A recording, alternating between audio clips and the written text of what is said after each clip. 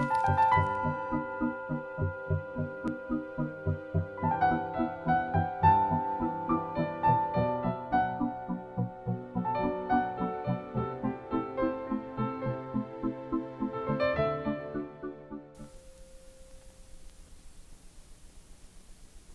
the judging was over, took a break and hastened over to where my parents were. They were, all of their children are long since grown up and married. Nearly all of us are married, but they're all grown up and away from home. But my parents are still messing around with somebody else's kids in 4-H club, which has its own kind of charm. I keep saying they're just waiting for their grandchildren to get there. And so she went tearing over to tell my dad that my mother had won the blue ribbon. And she says, Don, Marion won the blue ribbon on her apple pie. My father removed his cigar and he says, why shit, Lois, I've known that for better than 40 years. And that was it.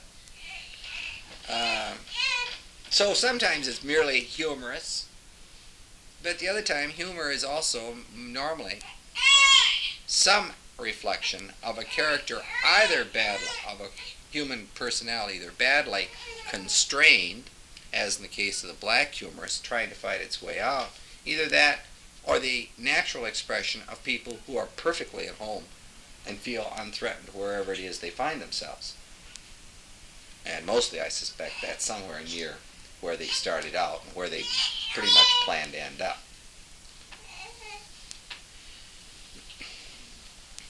And that's a long way from Ann Arbor, and it's a very long way from cities. And it isn't a matter of just necessarily, it seems to me, either liking one and disliking the other. It may be coming to terms with them. It's also probably needful to make discriminations. And I would point out that one of the great characteristics of Americans, and Henry James remarked on it in 1904 when he'd come back and he'd visited. He wrote a book called The American Scene. A hard book to get into, but perhaps even more intelligent in the long run than de Tocqueville ever was. And he said, you know, Americans will do absolutely everything. They will weigh, measure, accumulate, acquire. They will do anything, but they will not make a discrimination. They don't like the idea of saying, this is in order with this, or make these discriminations of something that is good as opposed to something that is less good.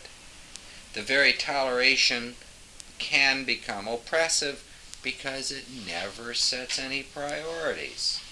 And I would argue that probably in terms of where we put our goddamn roads, what we do with other kinds of things, that's probably the case. Because I don't think by nature we're a materialist people. It's just we refuse to tell Henry Ford we don't want any more cars. We won't make that kind of a discrimination. It's his right to make them. I guess it's therefore our right to tolerate them or make our other choices. But that element of want of discriminating strikes me as being something that no self-respecting Parisian could possibly tolerate. And anybody that's ever been in London knows perfectly well that that's the capital not only of the world, but if God's looking for another house to live in, he may move in any minute. Now, I don't say their convictions are necessarily right or wrong, but I've certainly got to the point in life where I necessarily see a reason not to be candid about certain kinds of discriminations. They're just simply one of the things we don't like making. We are so willing most of the time to insist that, I'm not at all certain after some serious consideration that I want one more goddamn social worker going to Appalachia. As soon as the social workers go, life gets messed up in too many dimensions that may not be valuable. I don't want anybody to suffer, but I'm not sure that I want any more social workers. Never in the history of Western civilization have so goddamn many people made a good living helping other people make a better one. And that too is a kind of want of discrimination. I think it's absurd that we could worry about sending $700 million a year to Vietnam, which is all that charming president of theirs wants, till 1976. when we in fact don't have adequate roads on the reservations, so that you can be in areas that are larger than the state of Connecticut, with literally the two Sioux reservations in South Dakota constitute an area larger than Connecticut, and it wouldn't be a good trade. If anybody offered you the choice, don't take Connecticut. And you can't get across the reservation with ease. It's impossible. And sometimes it seems to me that a horse is not necessarily the only answer. There ought to be ways of doing it. $700 million a year we're going to send there. It's ridiculous.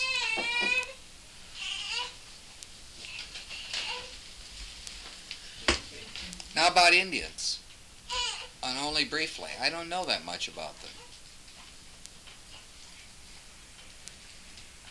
I don't think many people do.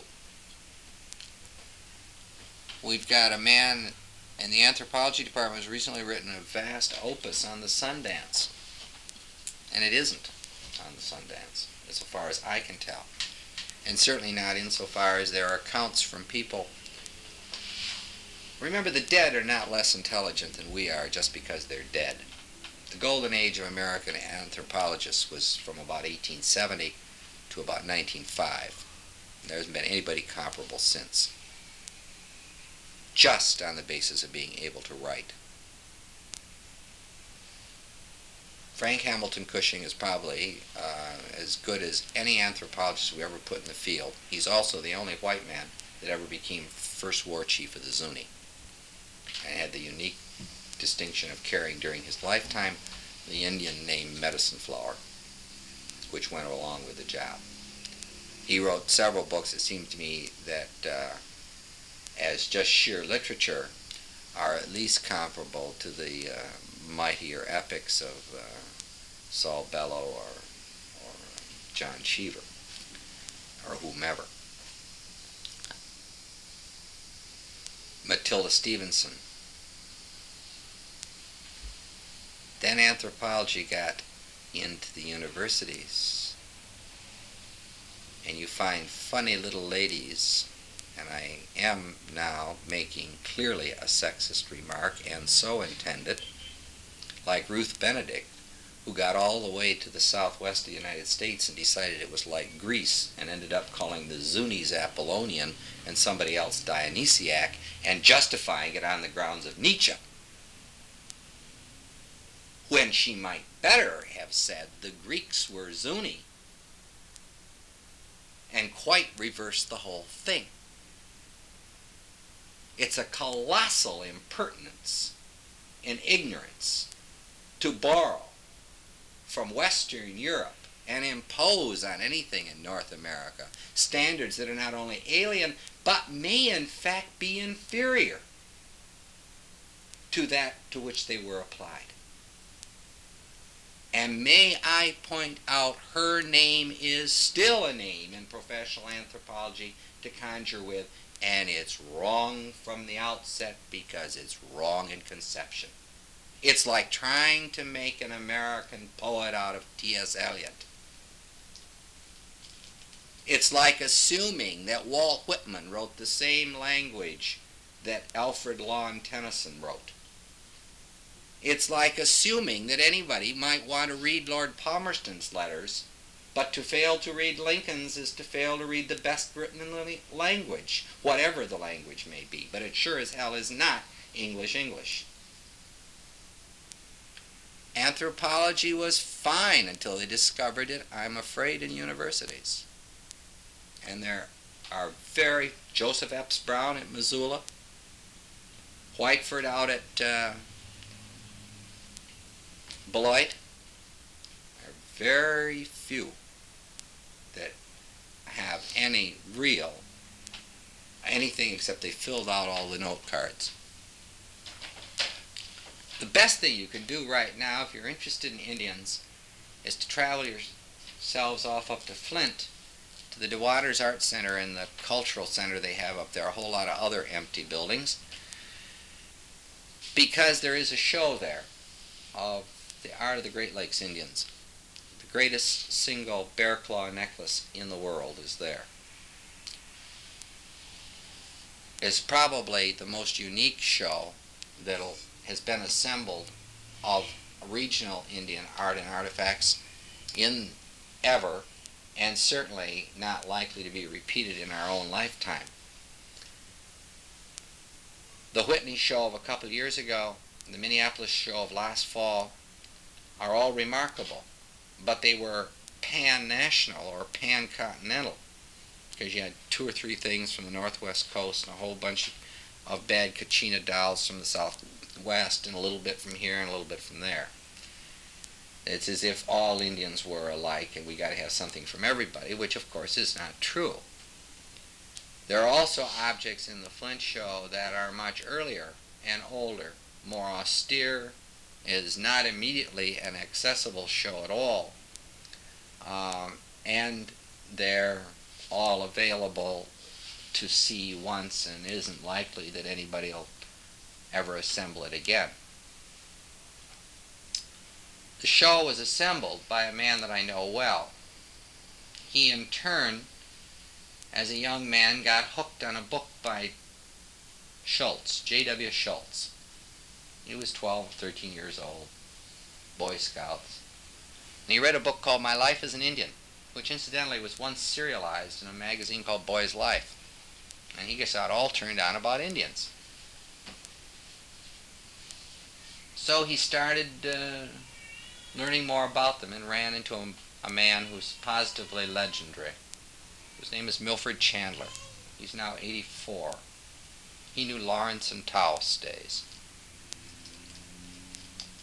Milford Chandler collected first before the First World War for the Field Museum, the High Foundation, or Hay Foundation, some people say, and most other major museums in the United States.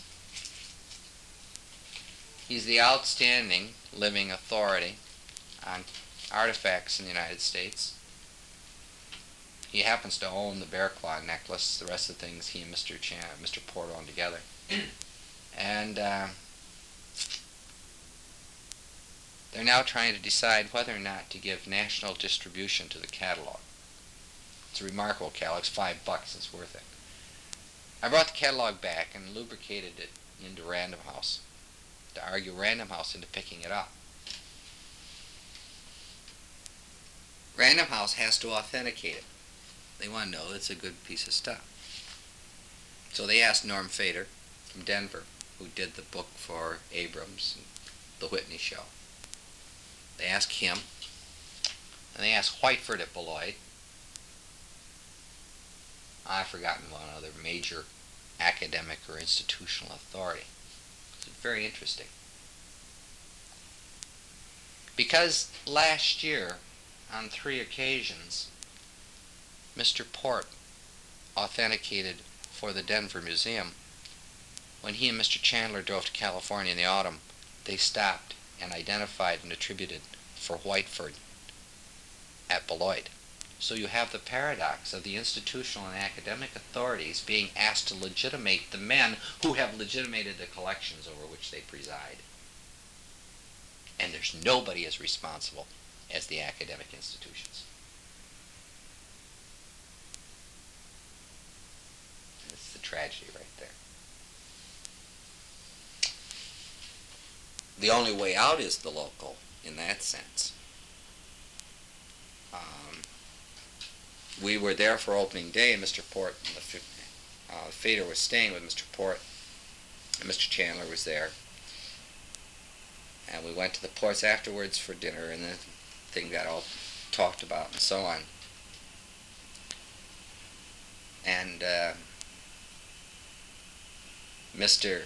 Chandler was saying that at 84, after 70 years of being pretty much all the time involved in greater or lesser degree with Indians, he was finally finding people who were young enough to be his grandchildren, and then some, who were beginning to be recognized for the work that they were doing, and that he could feel no bitterness about that. He didn't feel at all unhappy the fact that he had never, in fact, achieved any particular recognition for the collecting, assembling, authenticating, and the rest that he's done. which I thought a rather remarkable statement. A few of the objects that are in the show date from the late 18th century. Most of them are, of course, post-contact.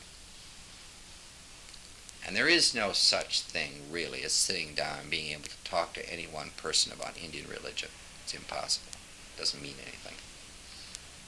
There are almost no generalizations you can make, except that there probably was a generalized belief in the Great Spirit, but that is like saying it rains sometimes. There are some reasons that the Southwest, besides the fact that it's an attractive area to visit when anthropologists want to get grants in the wintertime and so on, there's some reasons for saying there's a kind of continuity and authenticity there, because many of them, except the Navajo got kicked from pillar to post over a long stretch of time before they were allowed to return home. But there are not many Indian peoples who were not so discombobulated from their home base, their locale, their sense of the local, as to have almost as few books by Homer to talk about. And remember, the great tragedy in the Iliad is not just Achilles and his wrath, but it's the destruction of home, place, Troy. And the return, the Odyssey, is intimately connected with what do you have to do to deserve getting, and what do you have to get out of yourself to deserve getting back home. He dwelled too long on blood in battle. No wonder it took him a 10-year penance almost.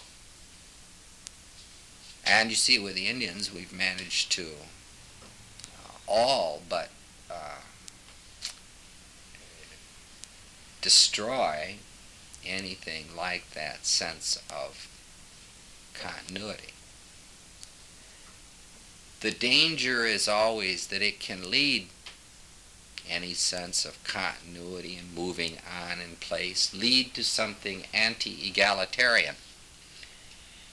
And the want of discrimination has its own appropriateness, by and large, in an egalitarian society. There is something in many people that's resentful of the fact that a man, let's say, whose name is Thomas Boylston Adams, is running again for office in Boston. There is something that bothers people who have taken their house trailers and moved off to California or someplace else when I tell them I anticipate or look forward to knowing precisely where I'm going to be buried. We have converted our mobility or want of identification with place into a necessary virtue and a necessary thing, for want of being able to handle it psychologically and socially. And we worry always about the fact that somebody has acquired presumptions because they have been rooted and continued in a long pattern someplace. That was been one of the charges brought against, let's say, Adams's for 250 years now, or almost that long. But I would argue that the only thing wrong with presumptions is when they aren't fulfilled. And if they happen to be performed, then it doesn't seem to me that it really matters whether they're presumptions or not, because they become fact. I would argue that it'll probably never be possible again for a kind of an American aristocrat to be elected to the presidency, whether self-made or one whose family had a record ahead of him. I think we've moved away from that. We've replaced, in many instances, a sense of geographical location, sense of place, with money or fluidity so that you don't have to be any place and the stock market still operates. And we've translated that into a kind of power. Now, the reason to encourage people to go and learn the horrendous and difficult disciplines of living on the land are still pretty much as Thomas Jefferson gave them, or as Wendell Berry presently is giving them. He can draw up his drawbridges and tell a lot of other people to go to hell. It's pretty tough because we have not got a barter economy, but you can manage. It's very hard work. It's very strenuous, tedious, tiresome. It's one more forkful of horse shit, or cow shit as the case may be. And it's, you know, the day you want to go swimming and not do anything because it's hot is precisely the day you got to pick the string beans and can them or freeze them. That's tiresome. But essentially, that's really the way that we can opt out of uncomfortable or no longer tenable circumstances. I just don't see any. I may think of myself as essentially a poet, but I just don't think Greenwich Village is right now the place for poets to run off to. Where is? I don't think there is any place, and I think that's the best thing that's happened in American poetry since Whitman. Might be right. San Francisco has some claims. It's surely a more important literary capital since 1950 than any three others you can name. I liked it when Faulkner died. The Times Literary Supplement itself, the establishment piece of establishment pieces in London, observed that probably there had been more literature out of Oxford, Mississippi in the 20th century than out of Oxford, England. And they were right. I don't think there is the big center anymore. I don't think there's been a major poet or much in the way of major importance in literature in New York City since 1950. Your best would probably be Robert Lowell and Norman Mailer, and they truly are both living casualties of World War II. Poetry has gone to music too. That remains to be, I think, yet demonstrated, but possibly. I would argue that at least the vigor in poetry since 1950 has been at least as distinguished as the vigor in music. I think. Right, yeah. Yeah. But I think the cities are well placed, you know. I mean, I think San Francisco is one of them, and I think Detroit is becoming one of them real fast. For the fact that I know that Detroit poets are getting paid a lot of money in California right now. yeah, Phil Levine. To read their poetry. It's like Detroit is like really happy. And like I think that Chicago, well, just some of the crazier cities that are really factory orientated and automotive orientated are starting to come up with something that's interesting. The only problem is that there are too many social workers now, and there's also not enough poverty in Detroit. Yeah, It's very hard to find a Greenwich Village of the 1920s because the Red Cross is right out, or some other goddamn gray lady's right around the corner waiting to save you. But it's a different type of poverty. Well, yes, it is. I'll allow that. Except it's really the last refinement. It's really the last refinement of simplicity, is what it is. It's an enormous refinement, Yeah, okay. which is not quite the same thing. It's a matter of making choices rather than not being able to make choices. I would, yeah, given that distinction, I would agree. It would seem to me that it isn't very important, though, geographically, where you are anymore. And I think that's the best of all. I think that's changing right now, too, and I think we're in transition. I think that will be, just Michigan alone, standing with the Great Lakes, would be very important if the water in the seas were not drinkable or whatever. They couldn't use them. There's no evidence that they are either. Superior is being steadily polluted.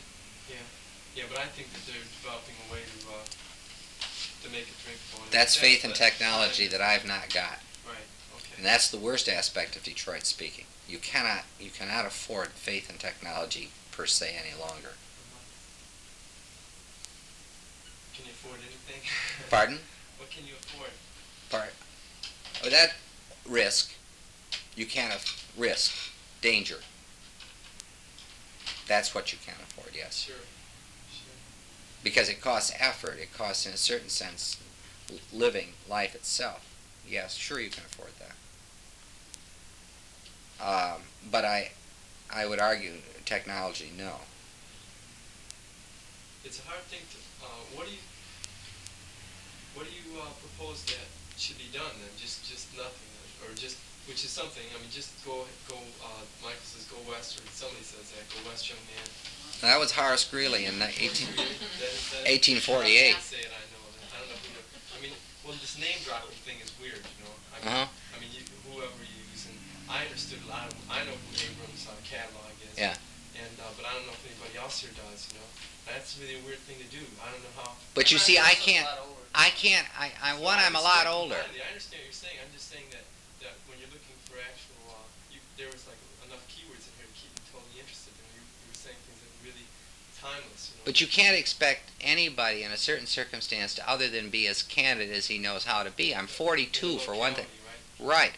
And the other thing is that I operate, you see, we can't constrain to some extent our expressions on the grounds of whom we're likely to be understood by. Right. He's making a stand.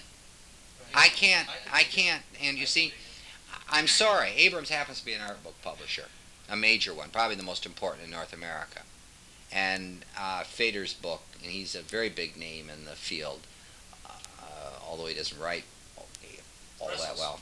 He works at a bookstore. He created one, in fact, created the most important one in Ann Arbor, which is Seneca. Well, I mean, he's. But you see, I can't assume all the time to add footnotes. That gets to be too academic. Parenthetically, I don't mind being challenged, but you see, I also can't not be whatever it is I've learned to be, or whatever. And you just have to call it the way it is. And if somebody wants footnotes, well, I'm sorry. I apologize, but I can't not do it that way. The biggest difficulty of all is framing a sentence orally and making certain you're going to get from the beginning to the middle of it to the end of it. Even that's a struggle. If only because of the fact, you see, in the 20th century, it's almost impossible to find anybody that bothers to talk anymore. We call up on the telephone. Well, we call up on the telephone, or we find other ways of not communicating. You're also, my feeling, my way of thinking of you is that your conscious mind is geared to academic. Oh, of course, I've had love-hate relationship. Is not. Is timeless. Exactly. But you see, the problem is that the tension in my life that's made my subconscious life interesting has been the fact that I spend half my life sniping at the university. Fine. So that the rewards of a conversation with you or listening to you are always subconscious rewards. I would suspect that's true. What you say, all right. I don't know half the references. Right. All right. I don't even want to. It's the last thing I would want to know. Fine. Right now. If you go to get a car fixed, you don't ask the guy about which color the spark plugs are. No, right. Yeah. As long as you fix my car. That's right. That's true. That's exactly it. That's good. Nothing. This is more of a conversation. You see also, Ann Arbor isn't quite like much of the Midwest, and I would not make that distinction. I don't say it's better, and I don't say it's worse. I don't want to be misunderstood. It's just not like a lot of other places because of the fact it has relatively little or no industry except making people sick in their heads or trying to get them well out of their bodies over at the medical center. And that's about all there is here. We don't have any of the same kinds of problems, by and large, that afflict many areas of the nation. I'm not sure that that's lucky, because therefore there are certain kinds of disciplines completely wanting, certain kinds of worries or concerns that are eliminated from here. There are, for example, probably more species of trees in a walking distance of campus in Ann Arbor than any place else in the Midwest because of the Bloody Arboretum and botanical gardens. But I'll be damned if anybody really cares about it, except, a few. Even that in itself is to alter the atmosphere. Even that in itself is a white man's presumption. The Indian wouldn't do it. Probably.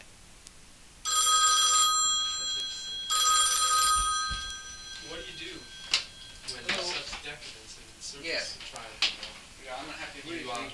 just constantly try to get back to your locale or your Maybe I place can or talk to something. you Just later. try to be as down home as you can. Oh. Or something. Just, Anytime after. I don't know. Well, I'm not sure it's exactly down home.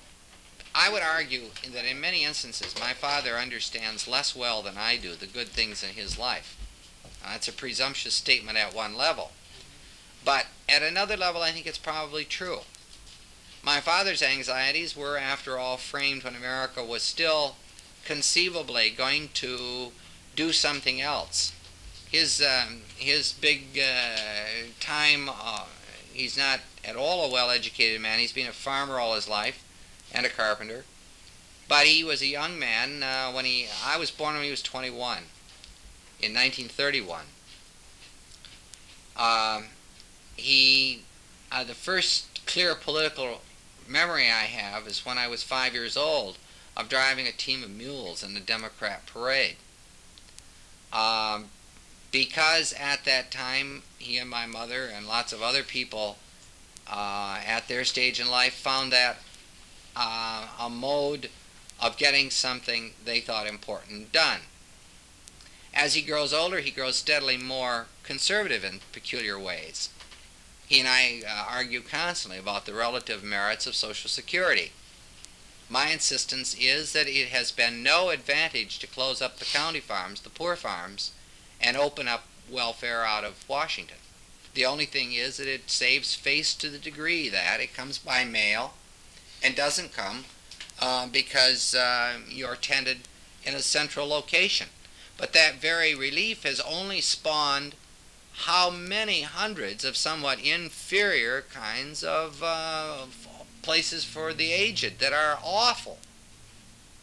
Just awful. And he's willing to allow that, but he likes the idea of the saving face. And I argue it isn't a big enough value. It isn't important enough.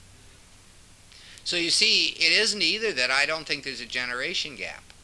My father has owned weapons, for example, and I was brought up in, and my family still hunt and fish extensively.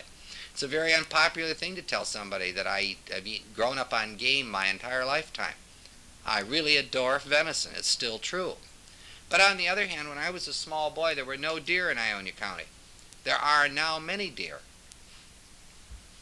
7:45, last deer hunting season day, opening day, it was heavily fogged, but by 7:45, my father was at the local coffee shop with his deer shot, dressed, hung up, cooling, and we eat the whole damn thing. It's one more item that he harvests from the farm, and the deer are all over it. They eat the same thing the cattle and the sheep and the pigs do. So in a sense, he's only really husbanding his acres. And I see, in a sense, nothing wrong with the idea of not eating anything that you won't kill yourself.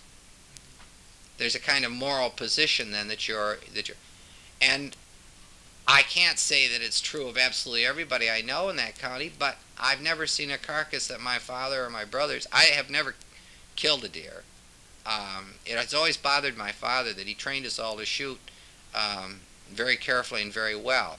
He taught us with a single-shot .22 out the barn door. We'd put the milkers on the cow, and there was a huge maple tree, probably 65 inches through. Put a tailgate from an old wagon out there and stick matches in it, in the tailgate, and teach us how to light the matches with the rifle at about 100 inches. And one shot at a time, and very stern. I can remember one time one of my brothers, who I'm old enough to be his father, and he lived with me here for a year. He was, maybe 10 or 12.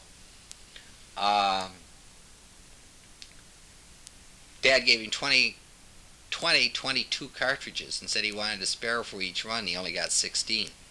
And he was very worried about what my father was going to say about the others, the other 4 that he missed. And my father's, one of his great prides is his cat. He happens to be coal black, and it dates the cat to know exactly why his name is Cassie, and it was the time of the NBA playoffs when Cassie Russell was playing here. Somebody gave my father a coal black kitten, and he was watching the playoffs, so he called him Cassie.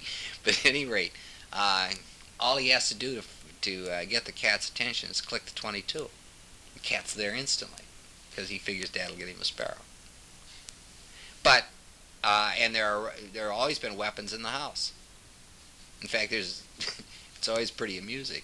There is also a Winchester 73 in the house, the gun that won the West, like what's his name, Connors used to have on that program. Yeah, there's one in the house that's now quite valuable and interesting, but that's a very different kind of thing than Saturday night specials, or these places where I know they can be purchased. We were brought up with them, and it's a whole different orientation. In the winter, it's hilarious up there. They hunt fox all the time. One of the most aristocratic sports of all, and they either do it on foot or a few snowmobiles, and they drive a section. Well, they get their shotguns, and all the farmers, and they meet at the gas station. They all buy themselves a candy bar, and away they go, and they hunt fox in the wintertime, okay? What's funny about it is they didn't like it when they took the bounty off, because they used the $5 bounty. They gave half of it to the Red Cross, or about half of it to, they had one party a year, all right? Their idea was of one party a year is they'd buy a lot of shrimp, which they had air-mailed from New Orleans, and a couple of kegs of beer, and they got my mother and some of the other women to cook the supper for them. And the rest of the money they gave away. Oh, they bought books for the school library, they gave it to the Red Cross, and they had a wonderful time. But it was recreation. It's like when they go up to the gas station now, which has taken the place of the country store in some ways. They play euchre up there every Sunday morning. Dad says it's Sunday school. But they won't play. It's a Nicolasette. They won't play otherwise. Not because they need the money or that you can really ever lose very much, but in the sense that maybe all their lives are, to some degree or other, involved with stakes. Yeah. A lot of risk. After mining and high industry, farming is the most dangerous occupation in the United States. There are a lot of men around that are maimed. I had a one-armed grandfather who lost in the Cornhusker. But I think it's the third most dangerous industry or activity in the country. And this is something we don't normally think about. Is it because of the machinery? Yes, the machinery. And they forget. They get careless, or they forget. Alden Smith, who's a neighbor of my parents, Alden and Jeanette, Dad has calves named after all his neighbors this year. He got the calves, so he just named all the calves after all his neighbors. And he lost almost all a hand about 3 years ago in corn picker, or silo. I don't know if it was the corn picker in the cutting box, the silo filler. I can't remember. But it's you know, tractors tip over. Randy Wolverton was driving the tractor down the road once, and he had his sister with him, and I don't know what the hell happened, but they went under a tree or something. She got knocked off, and the little girl died. There's a lot of danger all the time. Very little of it comes because of the moving vehicles, I think, on the roads. They've got those goddamn orange triangles all over everything. It's just long hours, fatigue, things of that sort. Repetition to some considerable degree. Right.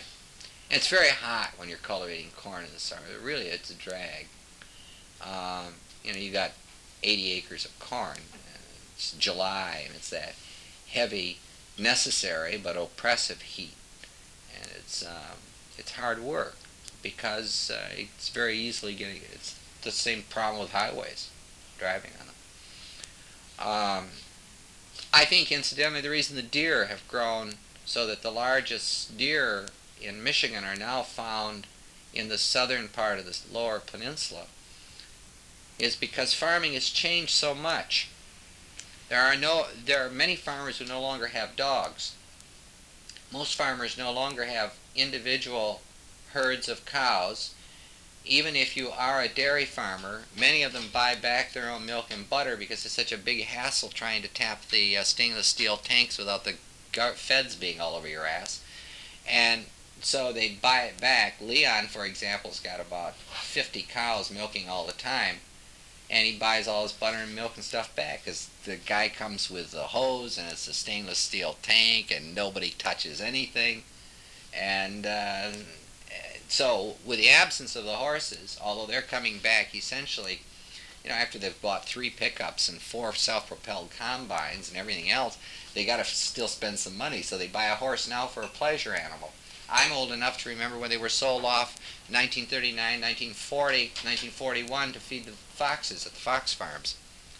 They got rid of the horses, but they're bringing them back now as pleasure animals. But the decline in individual family-size herds has mean that the woods have grown up to thickets. They're no longer cleaned out. The sheep and the cattle and the horses, or not the horses much, but the pigs are no longer pastured in the woods in the summer. Contrary to popular opinion, pigs are very cleanly animals. They're also the most intelligent of all domestic animals. And they like woods in the summer.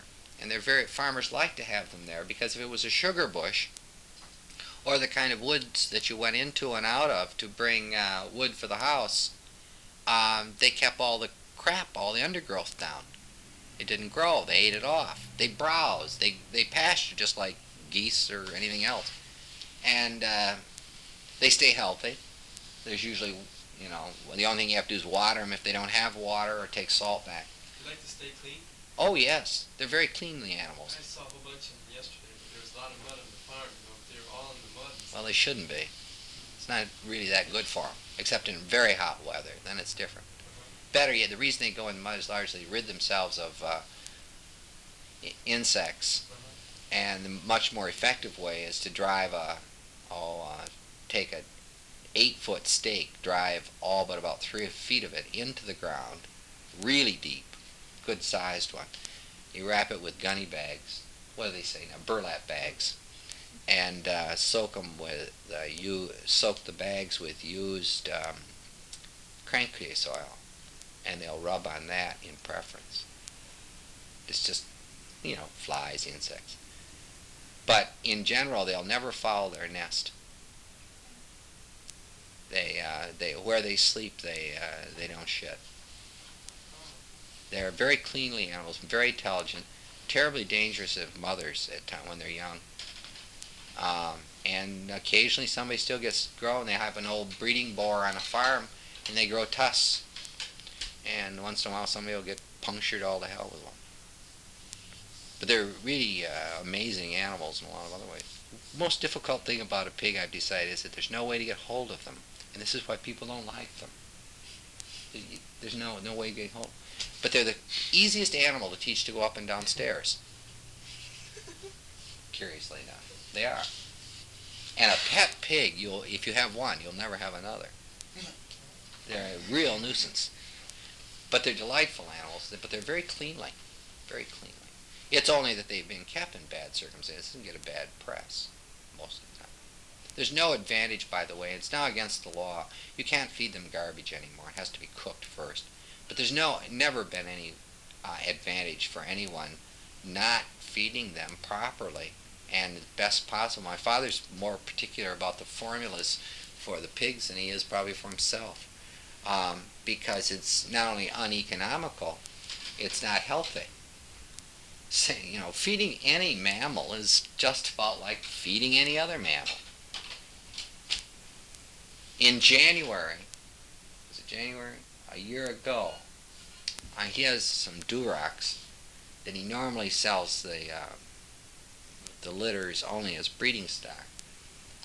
And he had one sow that he was very nervous about because she was about to farrow.